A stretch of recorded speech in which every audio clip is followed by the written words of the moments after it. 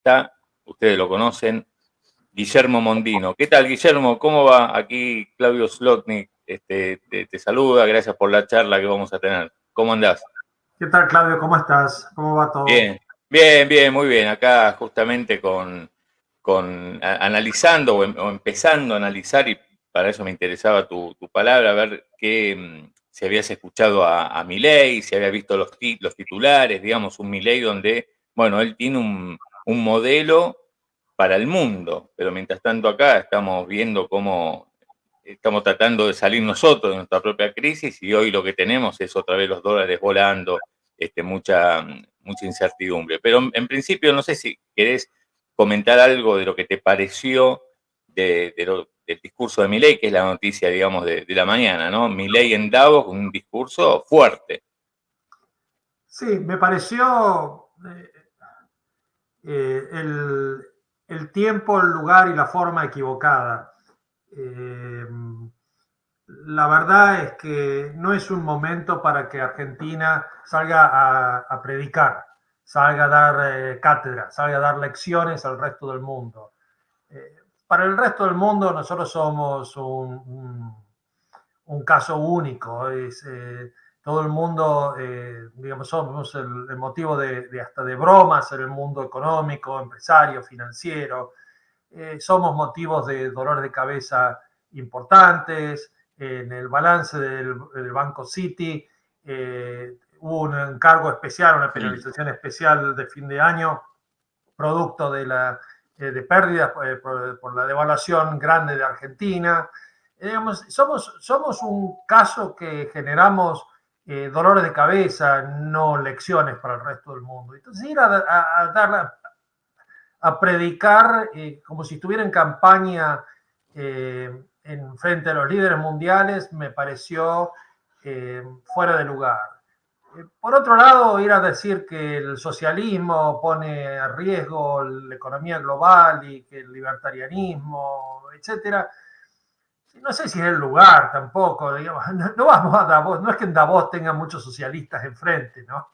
Entonces, qué sé yo, no sé, yo esperaría que Argentina vaya con un poquito más de humildad, un poquito más de realismo de cuál es nuestra verdadera situación, a dónde estamos parados, un poquito más de realismo del presidente, reconociendo las dificultades genuinas que enfrentamos y con esa humildad pedir ayuda, pedir que por favor nos tengan paciencia, nos den espacio, nos den apoyo, que vamos a necesitarlo y mucho. No sé, digo, yo no hubiera hecho el discurso que dio el presidente de ninguna forma. Me pareció, insisto, el lugar, el momento y la forma equivocada. Claro, yo me preguntaba, ¿no? Que cuando terminó su discurso, mientras tanto, mientras Milei hablaba, pero cuando terminó y saluda, me imaginaba, ¿qué pensará en este momento, no sé, los líderes que empresarios o líderes mundiales que lo están escuchando? Porque, claro, el que les habla es un argentino, un presidente argentino que recién empieza, que también puede tener sus ideas, pero yo coincido con vos que no está hoy Argentina en posición de darle ninguna lección a nadie, bajarle línea a nadie. Y Lo yo hemos hecho pensaba eso. tantas veces, Claudio, lo hemos hecho tantas veces, lo hizo Alberto Fernández, lo hizo Cristina, ¿no? Lo hemos hecho, hemos ido al darle cátedra al mundo muchas veces en el pasado y cada vez ha sido peor y hemos terminado peor y digo, yo hubiera cambiado la estrategia, hubiera hecho algo un poco diferente, hubiera sorprendido al mundo haciendo un diagnóstico de por qué en Argentina se daban las circunstancias que se daban, por qué eran necesarios los cambios que él va a impulsar, por qué la urgencia, por qué la vehemencia con la cual se enfrentan estas situaciones en Argentina, de forma tal de que el mundo lo entienda y vea y en todo caso simpatice con lo que se está proponiendo, pero es para Argentina y focalizado estrictamente en nuestro caso. No me parece que sea en este momento una cosa para exportar hasta tanto hayamos cosechado algunos éxitos. En respuesta a lo que tú me decías, pensá lo siguiente, el tipo que estaba escuchando el discurso de Milei, cuando termina el discurso de Milei, abre abre el Bloomberg en su iPhone, que todo el mundo tiene, etcétera, y se encuentra con el titular, el último titular de Argentina, que coincide con el cierre del discurso de Milei, de que la legislatura riojana aprueba la emisión de cuasimonedas. ¿Te imaginas que ese tipo escucha esto y mira eso y dice, bueno, ¿de qué estamos hablando acá? ¿No? Y lo mismo, es decir, salir a la bravuconada, decir que emitan las cuasimonedas, todo lo que quieran, la competencia de monedas, y reconozcamos que es una señal más de nuestras dificultades, no es una fortaleza del modelo y de las circunstancias el que vamos a tener cuasimonedas, y como bien sugerías, no va a ser La Rioja la única, casi con seguridad. Entonces, reconozcamos que tenemos muchas dificultades, que tenemos muchos problemas. Quizás la emisión de las cuasimonedas es un arma, es tirarse un tiro en el pie para la provincia de La Rioja y las provincias que lo intenten. Yo creo que es.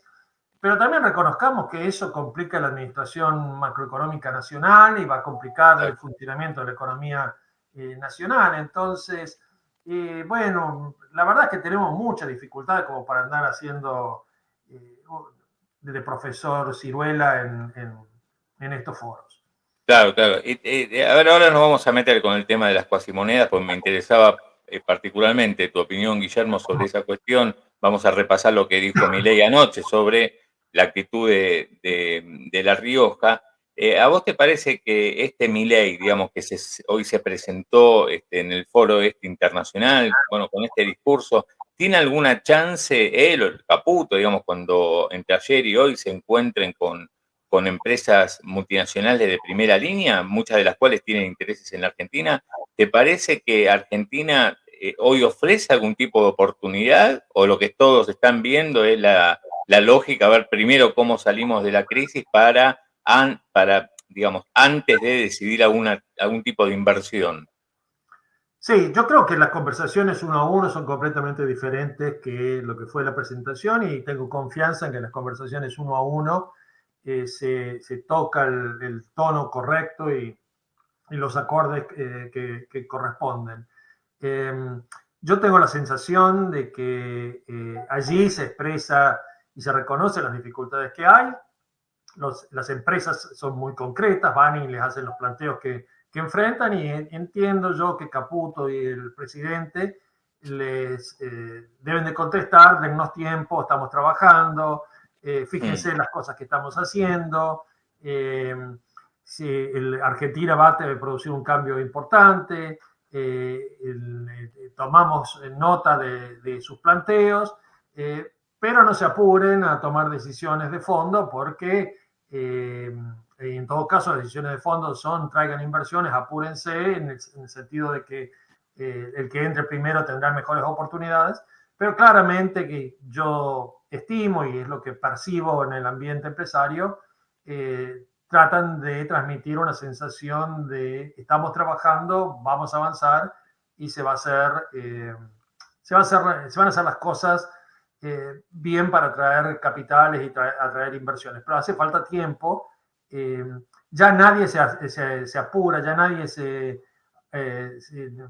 no es que la gente, los empresarios estén desesperados por venir a invertir en Argentina en este momento. Se van a tomar su tiempo todos, porque ya hemos dado amplias evidencias a lo largo de nuestros últimos 50 años de historia de las dificultades que tenemos para manejarnos ordenadamente. Y entonces eso, yo creo que ese diagnóstico lo tiene Caputo y lo tiene Milei, y lo transmiten con efectividad a los empresarios.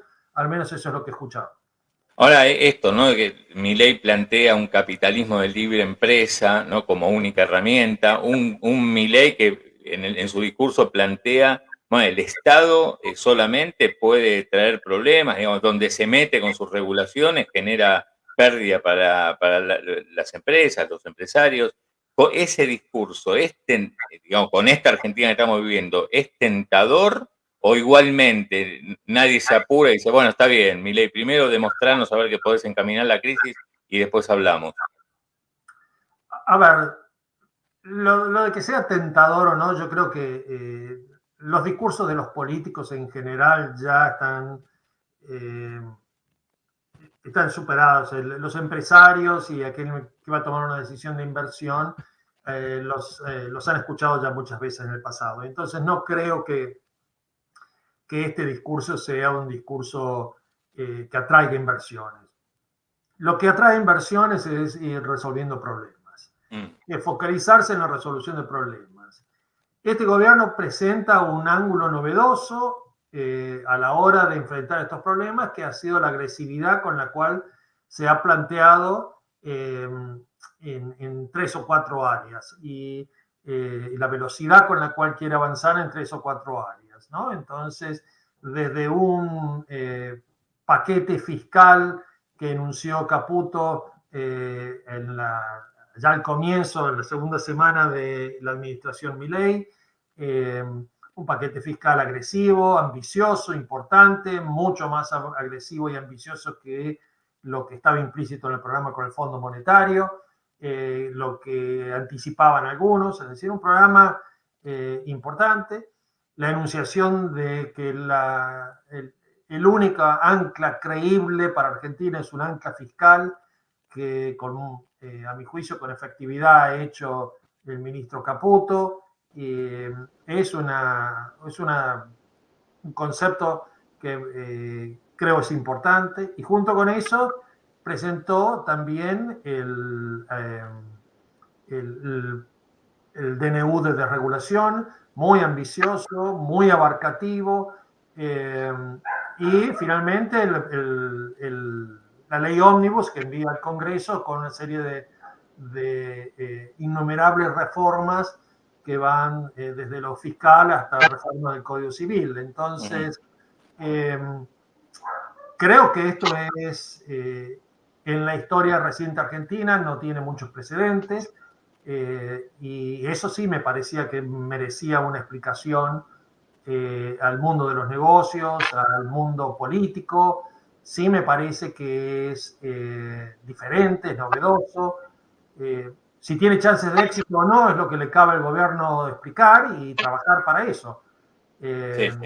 Y esa es la parte donde creo que todavía hay muchas dudas sobre si esto va a ser o no va a ser exitoso. Y me hubiera gustado escuchar, y me gustaría escuchar un poco más, me gustaría verlo al gobierno trabajar un poco más en aras de esto, ¿no? Qué sé yo, digo, leyendo los diarios, mirándolo desde afuera, se ve una actitud extraña del Ejecutivo. Lo tradicional, cuando un Ejecutivo lidera en Argentina y lo que he visto en otras partes del mundo, es que cuando un Ejecutivo lidera un programa de reformas muy ambicioso y ese programa de reformas requiere de una aprobación legislativa, el Ejecutivo se involucra mucho en esa aprobación legislativa. Y ese involucramiento no es solamente ir a dar 5 minutos de presentación o 10 o 15 o 20 en el Congreso, sino es levantar el teléfono, trabajarlo, trabajar mucho y muy activamente esto. Y uno tiene la sensación de que la administración, para marcar una línea, digamos, de dureza en la negociación, medio que se ha distanciado, ¿no? Medio como que está dejando que todo eso se trabaje a nivel del Congreso, todo eso se trabaje a nivel de 1 o 2 personas, pero no es muy abarcativo ni muy ambicioso. Entonces, digo, no sé, generan dudas. Uno conversa con alguna gente que está, por ejemplo, con simpatías con el gobierno, que está en el Congreso, y la respuesta es: y no me ha llamado nadie del gobierno, no he recibido llamados de ninguno, ni siquiera de los líderes legislativos. Entonces, es como que el gobierno está dejando que esto decante y que, bueno, en algún momento algo va a pasar. Pero tiene que, yo diría, es donde tiene que mostrarse trabajando y tiene que, si este es el programa, este programa es el que tiene que impulsar. Y si el programa es otro, bueno, no sabemos cuál es. Entonces, pero si este es el programa que quieren impulsar, sería muy importante verlos trabajando. Guillermo, sí, ¿qué tal? ¿Cómo andan, Guillermo? ¿Cómo estás, Claudio? Me estoy sumando acá colado al stream de Ahora Play porque estoy de vacaciones. Está Claudio a full con el stream, ahí con la comunidad, interactuando con el chat, con todos los invitados. Pero, ¿sabés qué me quería sumar, Guillermo? Porque ahora hablamos un poquito de lo que estaban dialogando, ¿no? De cuál es el paquete de reformas, sobre todo el paquete fiscal, el ancla fiscal de corto plazo, qué está pasando con la brecha. Pero me interesaba sumarme con vos como economista, porque no sé si lo escuchaste hace un ratito a Milei en Davos. ¿Lo escuchaste? Pedacito, sí. Bueno, yo lo escuché, fue cortito, creo que 23, 26 minutos, pero me parece que obviamente los medios periodísticos no entienden nada, toman la frase de siempre, digamos, el Estado no es la solución, es parte del problema y demás, pero dijo cosas muy fuertes para la profesión de los economistas, muy fuertes. Cosas muy fuertes, que los economistas en general se lo toman diciendo, bueno, son cosas ridículas que dice alguien con una ideología libertaria que no ha visto, no sé, las últimas 5 décadas de teoría económica. Y que, en todo caso, está planteando una cuestión más política, ideológica. Después habrá que analizar por qué lo hace, pero me interesa un poquito hablar de las cosas que dijo desde el punto de vista de la teoría económica, Guillermo, porque si no me parece que cualquiera que plantee algún tipo de avance en la teoría económica, y ha habido muchos en estas últimas décadas, muchos, es más, muchos de los economistas en los organismos internacionales, en las universidades norteamericanas, en la Secretaría del Tesoro de Estados Unidos, para Milei serían neomarxistas o neoclásicos completamente equivocados respecto a cuál es el marco teórico para enfocar los problemas reales. No sé si escuchaste cuando enganchó por ese lado, pero la verdad que es muy asombroso las cosas que dijo. Son cosas que me parece que cualquier profesor, no sé, del MIT, de Harvard, de la Universidad de Chicago, cualquier monetarista, no importa, de la escuela económica que sea, diría en algún momento, ¿pero está hablando en serio? Porque él mismo dijo, en algún momento estas cosas que digo pueden parecer ridículas. En este momento, ¿no? De que el capitalismo está amenazado por una doctrina de economistas y hacedores de política que tienden al socialismo y, en última instancia, al marxismo. Pero me gustaría una reflexión respecto a algunas de las cosas que planteó. Por ejemplo, plantea que no existen las fallas de mercado. Y hace toda una discusión respecto a lo que significa el crecimiento, pero al crecimiento económico que es cierto, ha sido impactante en las últimas décadas del capitalismo. Y plantea la cuestión de las economías de aglomeración, las economías de escala, la concentración económica. Ahora, desconoce las últimas 7 décadas de regulación antimonopólica en Estados Unidos, por ejemplo. Ni quiero hablar de Europa, ¿no? Porque para Milei serían todos comunistas en Europa.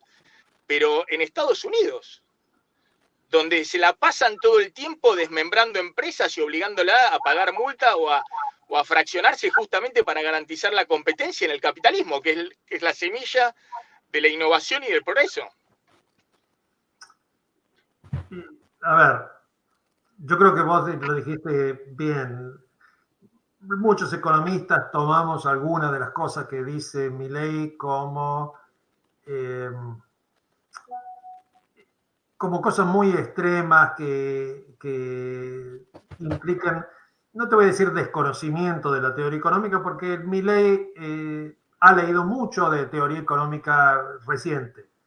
De hecho, curiosamente, se popularizó por Twitter una foto donde está Milei y tiene sobre el escritorio un texto muy reciente de macroeconomía de Felipe Campante, Andrés Velasco y Federico Sturzenegger. Es un texto que utilizamos para dar clase muchos y estaba muy actualizado. Así que creo que es cierto que Milei ha leído. Milei se popularizó en la esfera de Twitter, etcétera, también dando una explicación sobre la teoría de crecimiento económico, donde el tipo hace referencia a teorías bastante recientes, ¿no? Es decir, y cosas que se han escrito en los últimos 10 años.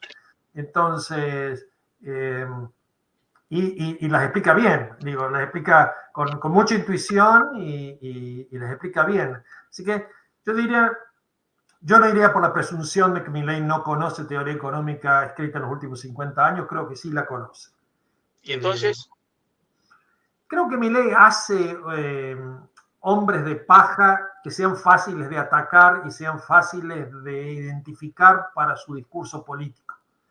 Creo que él construye estos enemigos artificiales que le resultan fáciles de atacar, ¿no? Y esos enemigos artificiales, por ejemplo, el antitrust. Déjame que te doy un par de ejemplos con el tema de antitrust que a lo mejor le resulta interesante o no, qué sé yo. En antitrust hay mucho avance de cómo se hace antitrust y cómo se combaten los monopolios, etc. Pero al mismo tiempo que hay mucho de eso, hay una serie de investigaciones bastante recientes de los últimos 3 años, diría yo, de un conjunto de economistas empíricos que toman y evalúan lo que es efectivamente el aumento de la concentración de poder económico, el aumento de lo que en la jerga llamamos los markups, que son la diferencia entre el precio y el costo marginal la rentabilidad del capitalista en todo caso, y que eso ha ido aumentando en los últimos 30 años. Y esta gente toma esta observación, este dato, y analiza a ver qué es lo que está por detrás. Y bueno, de allí surge que lo que ocurre es que ha habido un cambio en la forma en que está organizada la economía y las empresas que han ido ganando participación de mercado, que han ido creciendo, tienen que ser empresas muy eficientes que tienen más bajos costos. Y entonces sí, es cierto que el precio todavía no ha bajado lo suficiente o no ha bajado tanto, pero la explicación del aumento del markup para alguna de esta gente es que efectivamente hay una reasignación de recursos a sectores, o hacia, no sectores, hacia empresas que son tecnológicamente más eficientes. Entonces, si vos haces antitrust en esas circunstancias, son empresas que están creciendo, sí, son empresas que tienen más markup, sí, que sería algo que querés combatir, pero al mismo tiempo son empresas que son más eficientes, que tienen menos costos y que por lo tanto están en mejores condiciones de producir. Entonces, eso tampoco querés combatirlo. Entonces, tenés que hacer antitrust de una forma diferente, novedosa, que no combata lo que es el objetivo de todo esto, que es abaratar costos y ganar en eficiencia. Entonces, esta es toda una línea nueva que hay en la discusión, y yo creo que la posición de Milei, que no sé si está al tanto de estas discusiones o no, pero presumo que un poco lo que él está diciendo es cuidado, que empujar demasiado estas nociones de las fallas de mercado y del antitrust, a veces lo que significa es de que le damos espacio a la ineficiencia en vez de estar focalizando más en la eficiencia. Entonces, yo lo que te planteo, Guillermo, me parece que se plantea una dicotomía capitalismo-socialismo, capitalismo-comunismo, como si hubiera dos sistemas, ¿no? Y me parece que todas las discusiones que se dan dentro del capitalismo, y nadie puede acusar de socialistas o de querer atentar contra el capitalismo, por ejemplo, a Akerlof, porque hizo todo el estudio de la asimetría de la información, que dicho sea de paso es el marido de la secretaria del Tesoro, de Janet Yellen, que además tiene una visión muy parecida respecto a cómo enfoca la teoría económica, ¿no? Y ninguno de los dos es socialista particularmente. Y ninguno de los dos no solamente es socialista, ni ninguno de los dos está tentando contra el capitalismo. Al contrario, hay toda una discusión también de cómo se salió de la crisis del 2008 y si, en todo caso, las regulaciones o la investigación o el avance de la investigación en las distintas vertientes de la economía, al contrario, no apuntan a perfeccionar al capitalismo, digamos, a tratar de evitar, en todo caso, colapsos sistémicos que más allá de la destrucción creativa o todas las cuestiones que se han discutido hace más de un siglo, bueno, generan muchos costos y mucho tiempo para la recuperación y mucha pérdida de capital social y demás. Pero a mí me parece que todas las cosas, puesto de otra manera, todas las cosas que estaba diciendo Milei hoy en Davos, yo estoy seguro que el 95-99% de los economistas, de los personajes del establishment económico, lo veían como un bicho raro, digamos, lo veían como alguien de decir, este es un outsider, ¿qué está hablando? Está cuestionando a nosotros que somos el corazón del capitalismo. Claro, sí, exacto, Maxi. Yo les decía al comienzo que me había parecido fuera de lugar, en el sentido de que no vas a Davos a dar este discurso, ¿no es cierto?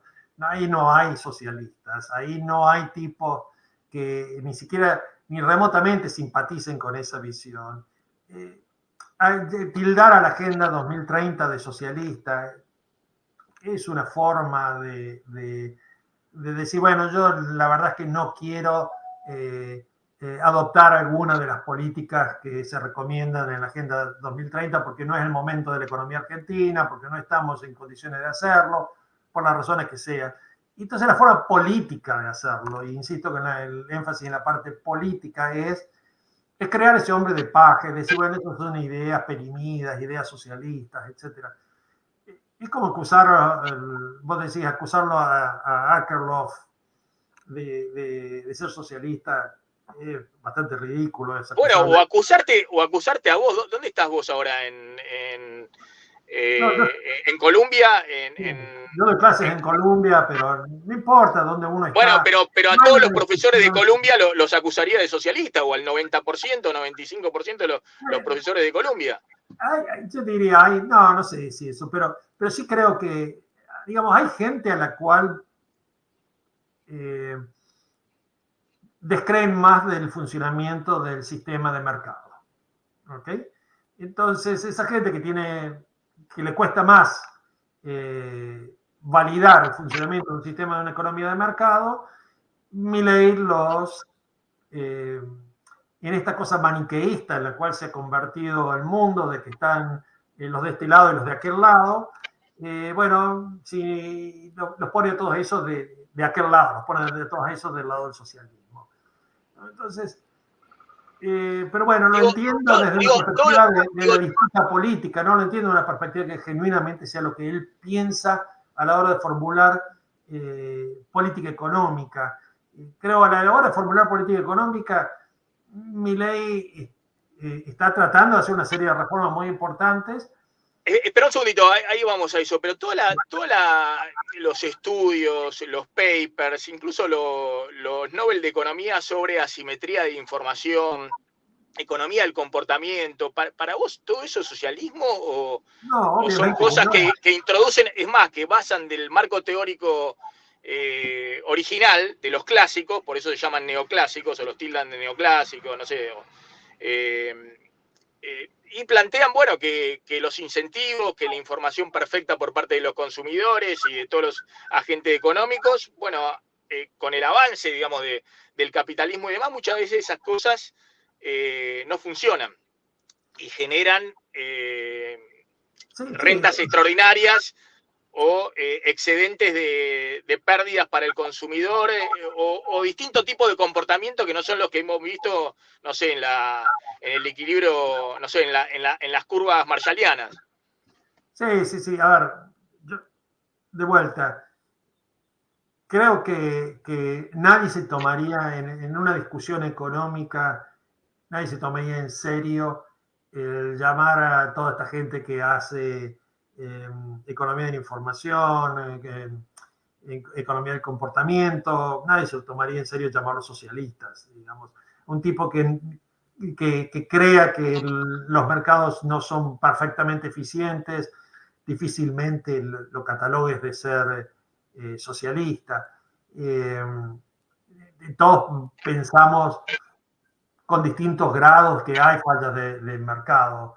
Milei lo lleva un poquito más lejos que el resto, decir que, bueno, casi que no hay. Pero estoy seguro que si vos te sentás a tomar un café con él en un ambiente donde no está en discusión la política, sino simplemente la economía, el tipo te concedería muchas de estas cosas. Obviamente que él un ferviente creyente que cuando hay problemas de funcionamiento de los mercados, eso tenés que contraponerlos con los problemas de funcionamiento del Estado, y que entonces están las fallas del mercado y están las fallas del Estado, y él cree que las fallas del Estado son mucho mayores que las fallas del mercado, entonces él prefiere tomar partido con las fallas del mercado, en ese caso, me quedo con la economía de mercado. Entonces, yo creo que ese es un poco el donde él está. Él no te la va, creo que en una discusión que no sea política, él no te lo va a negar.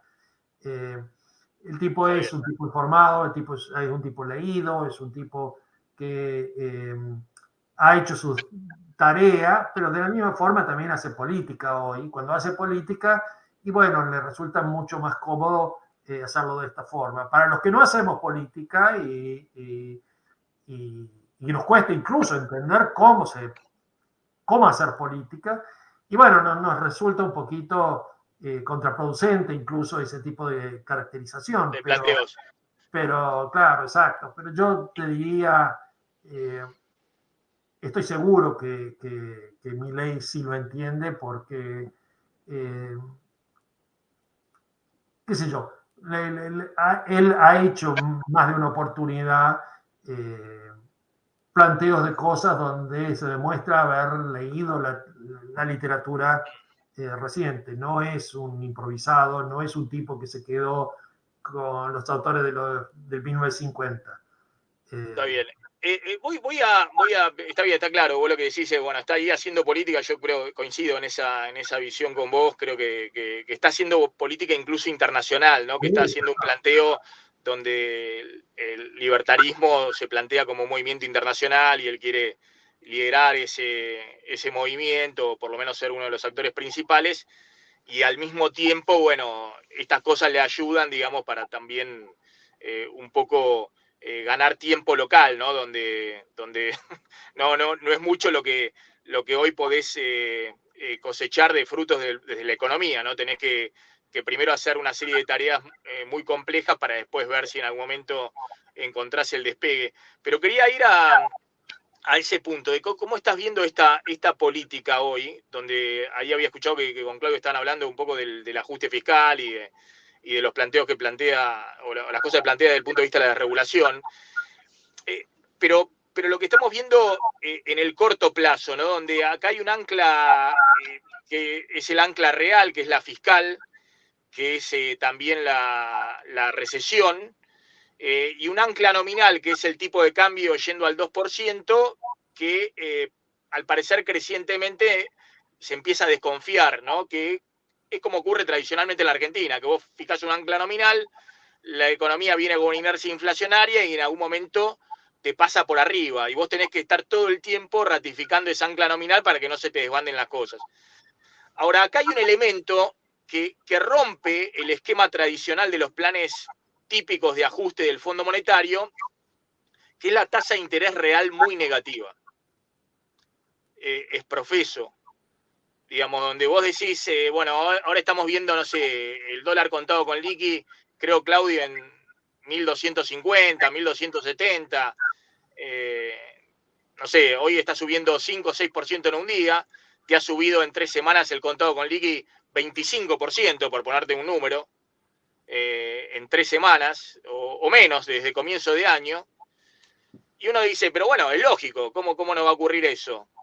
Si estás licuando todos los pesos, estás con una tasa de interés real súper negativa y estás con una inflación del 25%, ¿no? Estás balizándole el camino a la gente para que si tiene algún pesito y ahora empieza con la demanda de dinero a liberarse algunos pesitos ahora desde fines de enero, el camino es andá, dolarizate, porque si no te van a licuar como en la guerra. Están todas las balizas puestas para que vayas para ese lado. No sé cómo estás viendo ese elemento, si esto justamente es una falla de la política económica o está hecho exprofeso para ir y desembocar en algún tipo de dolarización de la realidad, ¿no? Mira, yo creo que una de las dificultades que hay con la interpretación de lo que está haciendo el gobierno es justamente que nos falta ese norte, no tenemos muy en claro ese norte. Por un lado tenés un gobierno que ha priorizado lo que, o ha anunciado priorizar lo que a todos nos parecía, o el 90% de los economistas nos pareciera lo prioritario, que era poner cierto orden en la situación fiscal y hacer el ajuste fiscal y terminar con la expansión monetaria de origen fiscal. Entonces, y que sin eso cualquier cosa que hicieran era inviable, incluyendo la dolarización. Entonces, creo que en eso el gobierno se concentró inicialmente y da la sensación que han avanzado en esa dirección. Cuando menos uno puede decir no hay expansión monetaria de origen fiscal en este momento. Entonces, en esa dimensión pareciera que están avanzando con las prioridades correctas y haciendo las cosas razonablemente en ese frente. La otra dimensión que el gobierno avanzó es esto, produjo un salto cambiario importante. Dio la sensación de que no se quiere comprometer demasiado en términos del horizonte que va a hacer con la política cambiaria ni con la política monetaria. De hecho, hay una enorme incertidumbre de qué es la regla monetaria que tenemos de por medio, no sabemos. Y que entonces, por ahora, lo único que hace por el lado de la parte cambiaria monetaria es gran salto de tipo de cambio inicial y después el 2% mensual que ni ellos creen. Y como ni ellos lo creen, nadie lo cree, digamos. Y estamos en una economía en la cual el gran salto inicial del tipo de cambio, por supuesto, produce un salto o convive con un salto de los precios muy importante. Entonces, tenemos una economía que genera 25% de inflación en diciembre, va a generar una inflación importante, digamos, probablemente alrededor del 20, 22, 24% en enero. Febrero también luce como otro mes de alta inflación por la secuencia de ajustes de precios que todavía vienen por delante. Y por lo tanto, obviamente, no podés estar sentado sobre una tasa de evaluación del 2%. Igual que no puede estar sentado sobre una tasa de evaluación del 2%, no puede estar sentado sobre una tasa de interés del 9%. Entonces, la forma de hacerlo cuadrar es que el gobierno entonces preserva una represión financiera de alcances históricos, digamos. Claro. Entonces, esa represión financiera es eliminarle a la gente la capacidad de tomar decisiones en qué aplicar la plata, y preserva el cepo y preserva un montón de instrumentos de represión financiera muy duros que operan sobre los bancos, operan sobre las compañías de seguro, operan sobre los fondos de inversión, etcétera, etcétera. Entonces, toda esa represión financiera se traslada a un resultado que es que si la gente no tiene en qué poner la plata, y lo que hace es termina comprando títulos del tesoro, termina comprando deuda pública, pues ya ni siquiera te vende deuda del Banco Central. Y entonces terminas con licitaciones como la de ayer, donde el gobierno hace unas colocaciones significativas a tasas de interés que son de no creer, digamos, coloca un título a noviembre del año 2025, es decir, de acá a 22 meses, y un título de acá a 22 meses que sale con una tasa de interés real negativa en el 19% anual, menos 19% anual. Es un nivel de tasa de interés real negativa estrafalario, digamos, es extraordinariamente negativo.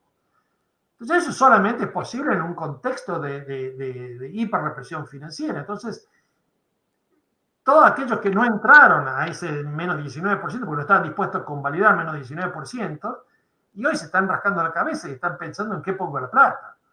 Y si la plata no la vas a poner a ese nivel, y bueno, la sacás y buscás la forma de ir y comprar dólares. Entonces, no es de sorprender de que si vamos a empujar una tasa de interés real tan negativa, el dólar se te va a disparar. Con la incertidumbre que tenés, de que no sabemos a dónde vamos, no sabemos qué regla monetaria tenemos, no sabemos la política cambiaria que tendremos. Es decir, como bien dijiste vos, hizo saltar el tipo de cambio, después 2% mensual, no lo cree nadie con la inflación que hay, y el tipo de cambio va a volver a saltar. Y cuando vuelva a saltar el tipo de cambio oficial, y bueno, entonces la gente se anticipa, y esto es un poco la inconsistencia del programa. Está muy bien el foco en lo fiscal, pero todo el resto de la parte del programa parece como que todavía no está funcionando. Salvo que el objetivo sea justamente licuar y que el vehículo sea el salto cambiario. Y que el vehículo, al ser el salto cambiario, digamos que es la forma en que eventualmente producís la segunda ronda de la ecuación que vendrá en unos meses, como el mercado se va a anticipar, entonces no te sorprende de que se te empiece a disparar un poco la brecha cambiaria. Entonces, si la política es de licuación, y entonces empiezan las dudas, porque una política de licuación no es una política gratis, es una política hipercontractiva. Cuando vos a la gente le licuás los saldos reales, le licuás el patrimonio, le licuás el dinero que tiene, no puede consumir. ¿Okay? Entonces, esto es lo mismo que decía la gente, el sueldo no le alcanza. Bueno, y efectivamente el sueldo no te alcanza porque no te alcanzan los pesos. Y los pesos no te alcanzan porque se los han licuado. Han licuado el funcionamiento nominal de la economía. Entonces, ahí viene la pregunta tuya. Fue una larga vuelta para llegar a esto. ¿Están yendo a la dolarización?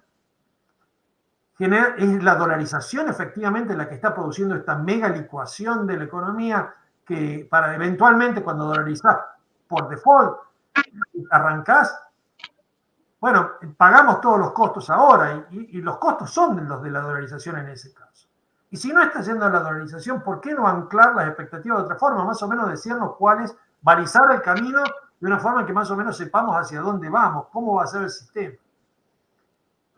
Entonces, y si no es así, ¿para qué mantener estas tasas de interés hiper recontra negativas? No hace falta ya a esta altura, si es por la cuestión de pasivos monetarios del Banco Central, etcétera, tenerlas tan negativas. Entonces hay toda una serie de dudas muy grandes que yo creo que el gobierno, en vez de estar predicando libertarianismo internacional, debería estar trayendo un poquito de horizonte a los decisores en la economía doméstica, porque el costo es grande, digamos, esto no le sale gratis al gobierno. Sí, ahí coincido con vos. Yo creo que el gobierno hace algo muy bien, lo hace el propio Milei, más allá de Caputo, que es decir, vamos a tener 2 puntos de superávit primario.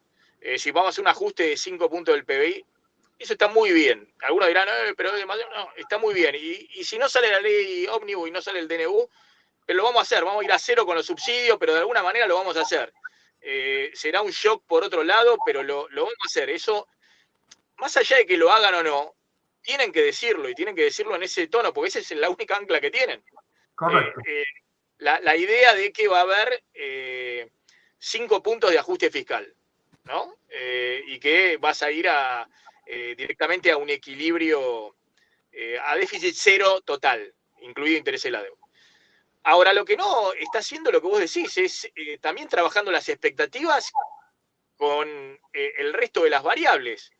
Porque si no generás, de nuevo, Milei diría no, que ajuste el mercado, que es muy eficiente para esto, pero bueno, el ajuste es mucho más contractivo de lo que podría ser si vos marcaras los senderos. Porque a veces hay de corto plazo y de coordinaciones. El propio Milei reconoce, lo reconocía Friedman aparte, los rezagos de la política monetaria. Vos dejás de emitir, e igualmente, si se te dispara el tipo de cambio, se te dispara la brecha, bueno, vas a tener que volver a ajustar combustible, vas a tener que ajustar todavía más tarifas públicas, y bueno, y la inflación, vas a tener una recesión brutal y igualmente va a tener una inflación muy, muy alta. Sí, yo exactamente, coincido plenamente con lo que estás diciendo. Yo personalmente creo que el ajuste fiscal, si bien es contractivo, y no voy a decir que nunca de que este ajuste fiscal puede ayudar a que la economía crezca en el corto plazo, es inevitablemente contractivo. Yo creo que lo estamos haciendo, todavía el costo del ajuste fiscal no lo estamos viendo, lo que estamos viendo es el costo de la licuación. Lo que estamos viendo es el efecto del salto de precios. Y es ese efecto del salto de precios el que a mí me preocupa porque está generando un parate en la economía real que es preocupante, porque sobre ese parate en la economía real, producto de la licuación, va a venir encima en los próximos meses el ajuste fiscal. Es decir, perdón, por ahora esa licuación es el ajuste fiscal. Por ahora la licuación es el ajuste fiscal. Exacto. Y eso opera sobre un segmento del gasto público, pero todavía te falta toda la parte impositiva, nos falta toda la parte tarifaria, nos falta un montón de la sustancia de lo que es el ajuste fiscal. Pero, Guillermo, vos decís que... El ajuste fiscal, todos estamos diciendo hay que hacerlo, sí, está bien, aplauso, medalla y beso. Lo que estamos discutiendo es, ¿era necesario todo este otro cóctel que estamos, consecuencias de las cuales le estamos pagando hoy? Y que a mi juicio vienen de una falta de tener un norte en la política monetaria cambiaria claro, convincente, que coincida y que sea consistente con lo que estamos haciendo. Ahora, Guillermo, vos lo que decís es que efectivamente, te pregunto, la próxima estación o la última estación de esto que estamos viendo, esta dinámica, es la dolarización. No estoy diciendo necesariamente es la dolarización, estoy diciendo no sé qué es. Ese es mi problema. Mi problema es que no sé qué es. Si fuera la dolarización, la pregunta siguiente sería ¿qué dolarización con qué? Porque si es dolarización sin dólares, entonces sí que tenés mega licuación. Y entonces sí que tenemos todos estos costos. Lo que está ocurriendo es que como no tengo claridad en qué dirección voy, el mercado empieza a hacer inferencias sin saber muy bien hacia dónde vamos. Y entonces tiene que poner probabilidad al escenario que vamos a una dolarización sin dólares, con lo cual es hiperlicuadora, a un escenario donde de pronto aparezca un donante o alguien que los aporte los 15 o 20 mil millones de dólares, al cual, si vos me preguntás a mí, la probabilidad es cero, pero bueno, el mercado le pondrá algo de probabilidad. El mercado le pone probabilidad que vayamos a otro régimen monetario diferente, con otro esquema, y luego pone probabilidad a un escenario que se abandone todo esto, que ninguna de estas cosas sobrevivan. Entonces, el mercado tiene que evaluar todo esto cuando tiene tanta incertidumbre, cuando no sabe sobre la base de qué está parado. Si vos crees en los mercados, tenés que pensar que el mercado es bastante racional y está evaluando todo esto y necesita usar la información que tiene. Y la información que hoy tiene es confusa. Es confusa porque no sabemos a dónde vamos, no tenemos un norte. No tenemos ni siquiera un programa con el fondo claro. Lo que tenemos es el final, la cola final de lo que fue el programa del fondo que firmó Guzmán, luego revisado por Massa y ahora revisado por Caputo, porque ni siquiera sabemos los detalles.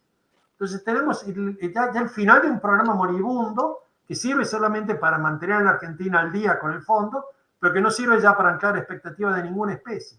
Entonces necesitamos alguien que nos dé cierto norte, cierta dirección de qué va a pasar con la parte nominal de la economía, con los precios, con el tipo de cambio, con la política monetaria en particular, y con el régimen que va a imperar en la Argentina, además de tener la incertidumbre política inevitable del ambicioso programa de fiscal y de reformas que impulsa el gobierno. Esa incertidumbre política es inevitable. Espero que en las próximas semanas se desaparezca y tengamos alguna claridad de qué va a ocurrir en ese frente. Y bueno, cuando tengamos esa claridad, bueno, habrá un poquito menos de incertidumbre, pero todavía vamos a tener incertidumbre de otra naturaleza si el gobierno no logra transmitir cierto horizonte de qué va a pasar con esta política monetaria, digo, porque no es trivial. Hoy las expectativas están solamente ancladas con esta esperanza de que el gobierno pueda hacer el ajuste fiscal. Guillermo, justamente en este contexto, mira, la noticia de última hora es que la legislatura de La Rioja aprobó el lanzamiento de la cuasimoneda ahí en La Rioja, y vos arrancaste esta charla haciendo mención, digamos, que esto es un verdadero problema. A ver, ¿en dónde sitúas vos, en este contexto que vos estabas realizando, en tu análisis, esta decisión de La Rioja de sacar una cuasimoneda? Y la pregunta es si va a ser la única y la última, ¿no? Pero a ver, ¿cómo hay que entender la dinámica esa? Bueno, yo creo que es poco probable que sea la única y la última. Entonces sí creo que hay riesgo de que esto se expanda. La Rioja es, por suerte para el gobierno y para la situación macroeconómica, todavía muy pequeña, de una envergadura macroeconómica limitada. Entonces, el impacto de La Rioja sobre la macro es bastante limitado. Pero de todas formas, lo de La Rioja la existencia, supongamos que se empieza a popularizar esto de las cuasimonedas. Bueno, entonces si las cuasimonedas comienzan a circular, el tema de la agenda de la reforma fiscal como ancla monetaria se empieza a diluir, porque empiezan a aparecer estas cuasimonedas que van a circular al mismo tiempo que el peso. El Twitter de Milei de ayer, en una frase de un Twitter largo, no lo llamaría un anuncio del gobierno, ni mucho menos, ni un compromiso del gobierno, simplemente un comentario de Milei en Twitter, dice: no esperen que las cuasimonedas las vaya a rescatar el gobierno nacional. Mira, acá tengo el tuit, si me permitís leerlo, como para que la gente que no está al tanto lo sepa. Milei, ante el anuncio del gobernador ayer de que iban a mandar justamente a la legislatura esto que acaba de aprobarse, la cuasimoneda, dice Milei: pensar que en la campaña me trataron de loco por postular un esquema en el que hubiera una libre competencia de monedas y ahora la impulsan. Bienvenida a las monedas provinciales a la competencia, las cuales les quiero señalar, a diferencia de lo que pasó en el pasado, de ningún modo van a ser rescatadas por el gobierno nacional. Al mismo tiempo, la cotización de las mismas, que las mismas tengan respecto a la paridad, dará una evaluación del mercado de la calidad del gobierno que la emite. Por lo tanto, viva la competencia, viva la libertad, carajo. Bueno, después hay una postdata ahí, no dejar de lado que la nación ha tenido que enfrentar la corrección de un déficit de 15% del PBI, etcétera, etcétera. Pero bueno, él le da, como dice, la bienvenida a la competencia de monedas. Sí, y también dice allí mismo: no se hagan ilusiones de que el gobierno nacional las vaya a rescatar. Claro. Pero eso no es creíble porque no es lo que hemos hecho en el pasado. No es lo que se hizo con las cuasimonedas en los 90 y no es lo que se hizo con las cuasimonedas que se emitieron desde el 2001, entre el 2001 y el 2002, que la rescató el gobierno nacional, la rescató el Banco Central. Entonces, si uno mira la experiencia del pasado, las cuasimonedas terminan siendo un sustituto del peso. Y lo que es esa expectativa de que la va a rescatar el gobierno nacional a la par, lo que hace que se sostenga el precio de las cuasimonedas. Entonces Milei, a sabiendas de eso, dice: bueno, yo no te la voy a rescatar. Pero eso te lo dice hoy, no sabes qué va a pasar mañana, no sabes qué va a hacer el Banco Central en el futuro, no sabes el próximo gobierno. A lo mejor las cuasimonedas se renuevan y en vez de durar 2 años, duran 4 o duran 6 y no sabes el próximo gobierno qué hace. Por lo tanto, tenés toda una cuestión acá de por medio que hace que son, en definitiva, no solamente que es una competencia de monedas, sino que además es una expansión monetaria adicional que comienza a perforar el sistema. Entonces, yo digo, tiene consecuencias macroeconómicas, es parte de un desorden macroeconómico que hay que enfrentar. Es cierto que no le cabe y no es fácil para el gobierno federal evitar estas decisiones de las provincias, es decir, no lo culpo al gobierno federal por eso, pero es todo parte del mismo desorden en el cual habría que estar trabajando para tratar de ponerle un poco de orden. Y trabajando en eso significa tener que tener acuerdos con los gobernadores, tener que tener una forma en la cual vas a resolver el problema de la fuerte escasez de recursos de los gobernadores, tenés que compensarlos a los gobernadores que también tienen que acompañar a ellos con cierto ajuste en su política fiscal. Y bueno, todo eso es la parte que debería estar haciéndose dada la urgencia y la emergencia. Y si a pesar de todo eso, que quizás está ocurriendo y yo no estoy enterado, pero si a pesar de todo eso todavía las provincias emiten cuasimonedas, bueno, tendremos que convivir con estas cuasimonedas, esperemos que sean acotadas y esperemos que el gobierno sea creíble en lograr convencer a la gente que no lo va a rescatar, que van a ser simplemente una emisión monetaria de un gobierno que lleva adelante una política fiscal relativamente irresponsable, pero digo, a mí me parece que todavía queda mucho por hacer. Me suena de vuelta a un Twitter en el cual tratan de hacerse fuertes sobre la base de lo que es una debilidad. La debilidad es que no tienen perfecto control de la situación fiscal en un país federal. Es cierto, inevitable, es la realidad. No se puede, no existe un gobierno federal que pueda hacerlo de esa forma.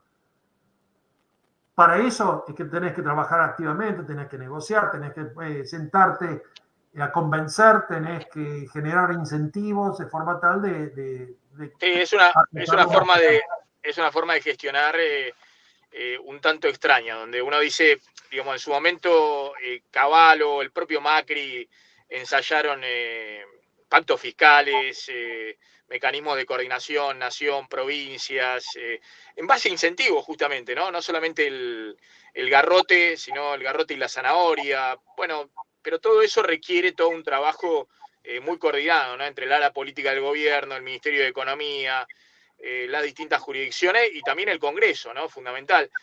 Pero bueno, uno ve que hay mucha confianza en que dejando que cada uno haga su buen pensar y parecer, ¿no? Y desregulando, bueno, vos en última instancia en algún momento vas a llegar a buen puerto, ¿no? Con la idea de que, bueno, la Argentina va a tener a futuro más dólares, que es una economía que hoy tiene el mundo muy a favor, ¿no? Desde el punto de vista de todo el tema industrial, la minería, el petróleo y el gas, economía de conocimiento, bueno, todo a favor, digamos, con un tipo de cambio real alto generar muchos dólares, este año se van a generar muchos dólares, pero uno no ve la transición, ¿no? Como que se subestima cómo es el traspaso de un lado a otro. Y por otro lado, se tiene mucho ese discurso, pero como vos decís también, se hace una represión financiera enorme, digamos, porque tampoco te la jugaste a liberar el mercado cambiario, ¿no? De alguna manera a generar algo, bueno, ver dónde se estabiliza más genuinamente toda la situación cambiaria y financiera. Estás balizando este camino de la licuación, pero también lo estás forzando, ¿no? Usando los cepos, usando la tasa de referencia del Banco Central, la licitación del Tesoro. Sí. Y restricciones múltiples sobre en qué pueden aplicar el dinero todas estas instituciones. Sí, ahora, a lo que vos decías de los pactos, el gobierno cuando anuncia su programa fiscal, anuncia ese programa fiscal y tiene un componente allí que iba a requerir un pacto, por lo menos para la aprobación de ganancias, que es fundamentalmente por donde más le está doliendo a las provincias en este momento la caída de coparticipación, el producto de la irresponsabilidad suprema de la aprobación de la eliminación del impuesto a las ganancias. Irresponsabilidad que lideró el ministro candidato Massa y que apoyó en el Congreso el presidente Milei. Entonces, de ahí es de que viene la caída fuerte de los recursos coparticipables y de allí es que entonces estas provincias tienen, sobre todo las que dependen mucho de coparticipación, como el caso de La Rioja, que tienen un problema grande. Eso se iba a resolver presumiblemente porque las provincias deben apoyar en el Congreso la iniciativa de restituir ganancias. Milei decía, yo voy a pagar el costo político de la aprobación, pero ustedes tienen que ser los que me pongan los votos en el Congreso. Bueno, no se ve ese trabajo, no se ve eso. Las provincias trataron de defenderse diciendo, no, participemos otros impuestos, hagamos otras cosas, pero la realidad es que todavía no se ve en el trabajo del Congreso a dónde está ganancias. Digamos, no están en la ley ómnibus. Entonces, ¿cómo van a resolver esto? Bueno, requiere ese trabajo que hoy por hoy, visto desde afuera, cuesta percibir qué se está haciendo, ¿no? Y si la consecuencia de no hacerlo es que varias provincias empiecen a emitir cuatrimonedas, me empiezo a preocupar. Si la consecuencia es que solo La Rioja lo hace, bueno, qué sé yo, es terriblemente dependiente de la copa y son muy pequeños y qué sé yo, bueno, ok, ese caso está mucho más acotado y menos grave. Pero provincia de Buenos Aires puede ser la próxima, y si es provincia de Buenos Aires... Claro. Y es el 40% del producto de la Argentina, así que me parece que la clave va a estar ahí, en que hará Kicillof, que Kicillof políticamente, digamos, fue el elegido por Milei para la confrontación. Entonces vamos a ver cómo le responde a esa pelea Kicillof, si no es justamente poniendo sobre la mesa su propia cuasimoneda. Guillermo, no sé si te quedaba algo más por decir, pero bueno, agradecerte esta charla acá. Realmente el chat, no sé si Maxi lo puede ver, pero está a full, con todo el mundo muy prendido, muy enganchado, mucha gente y mucha gente opinando además acá en el stream. Muy bien. Yo la verdad que no, salvo que tengan preguntas, no tengo mucho para agregar. Bueno, fenómeno. ¿Te parece bien, Maxi? Así sí, saludarlo gracias. A Guillermo. Gracias, Guillermo. Sí, tengo un problema. Gracias a ustedes. Bueno, ahí estaba Maxi con un problema de último segundo, pero bueno, hasta la próxima, Guillermo. Gracias. Un abrazo a ambos. Hasta luego. Bueno, Claudito, tengo un problema, me están llamando acá de todos lados y se me desconecta la conexión. Pero ahí seguí, que va fantástico. Ahí en el stream de Ahora Play está full el chat. Veo que aparte tenés un debate interesantísimo. Sí, ahora un debate entre empresarios, Maxi, empresarios, hay un comité de empresarios que salió directamente a bancarlo muy fuerte a Milei, y empresarios pymes sobre todo que están diciendo que con estas políticas de Milei les está yendo peor que antes, así que bueno, ahora nos metemos en ese tema. Ahí te perdí la voz, Montenegro, pero bueno, la gente acá contenta que te vio, la verdad que no te escucho, Montenegro. A ver si te muteaste o qué. A ver, habla. No te escuchamos. No te escuchamos. A Montenegro no lo escuchamos.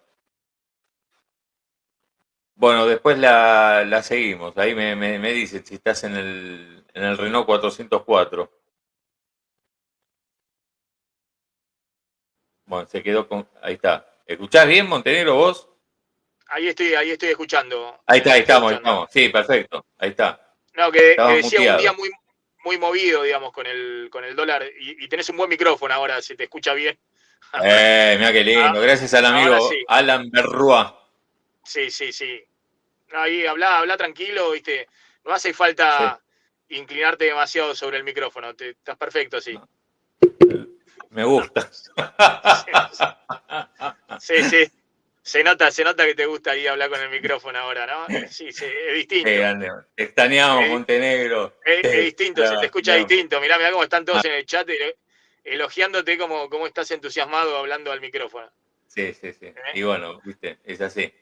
Bueno, gracias a todos ahí en el chat. Bueno, extraña la gente de Montenegro acá, ¿eh?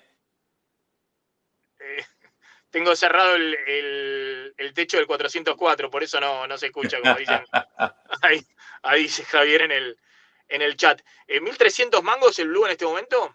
1.240, 1.250. No sé, ahí hay un amigo que nos dijo que recién preguntó cotización, le dieron 1.300. Pero bueno, viste, cuando se se dispara, se dispara. Entonces, lo que hay que ver es la tendencia, más allá del blue, los dólares financieros, y ahí se ve que hay demanda, ¿no? Que están demandados, 5% de suba en un día el contado con liqui, de nuevo, ¿no? Uno hace las cuentas frente a una tasa de interés del 9%. ¿El MEP cuánto está subiendo hoy también en el día? También 3, 4% en el día. 4%, sí. 4, Estuvo 4%, volátil, volátil, pero con esa suba. Pero se hacen las cuentas, ¿no? Desde el principio de año, 15 días, entre 18 y 23% la suba del dólar. Y bueno, son 2 meses de tasa de interés, ¿no? De plazo fijo. Entonces, bueno, la licuación es fuerte, no solamente frente a la inflación, sino si se mueve ahora la brecha así, también frente al dólar. Entonces, eso empieza a marcar más firmemente el camino de dolarizate, porque si no perdés frente a la inflación, perdés frente al dólar, te están licuando por todos lados, ¿no? Y me parece que ese es un problema, porque el gobierno necesita en este momento, no digo que mantenga una brecha del 10%, porque eso era totalmente irreal, o del 20%, pero necesita que la brecha en este momento no se dispare por arriba de estos valores, porque si no se retrae totalmente la oferta de dólares de exportación, se retrae porque están viendo todos la próxima devaluación, y por otro lado, bueno, tenés un problema de lo que venimos contando siempre, ¿no? De todo el pago de importaciones que empezás a hacer y que tiene todo un sendero que empezó esta semana, donde el Banco Central va a tener dificultades claramente para seguir acumulando dólares, ¿no? De acá a marzo, abril. Sí. Dólares que por ahora estuvieron ahí comprando, pero tal cual es como vos decís, vamos a ver qué pasa en las próximas semanas. Dale, bueno, Montenegro. Ahí está, ahí tenés a los empresarios. Te dejo y me quedo acá enganchado al stream de Ahora Play. Gracias a todos por participar. Bueno, habrá novedades próximamente respecto a cuando volvemos. Ahí veo muchos están ahí, no me traicionaron todavía, que siguen recordándome. Así que, bueno, algunos me quieren rajar ya del stream. Así que me voy y nos reencontramos en la próxima. Dale. Chao, Montenegro. Gracias. Bueno, chau. Hasta luego, gracias a vos. Bueno, ahí estaba Maxi acá en el streaming.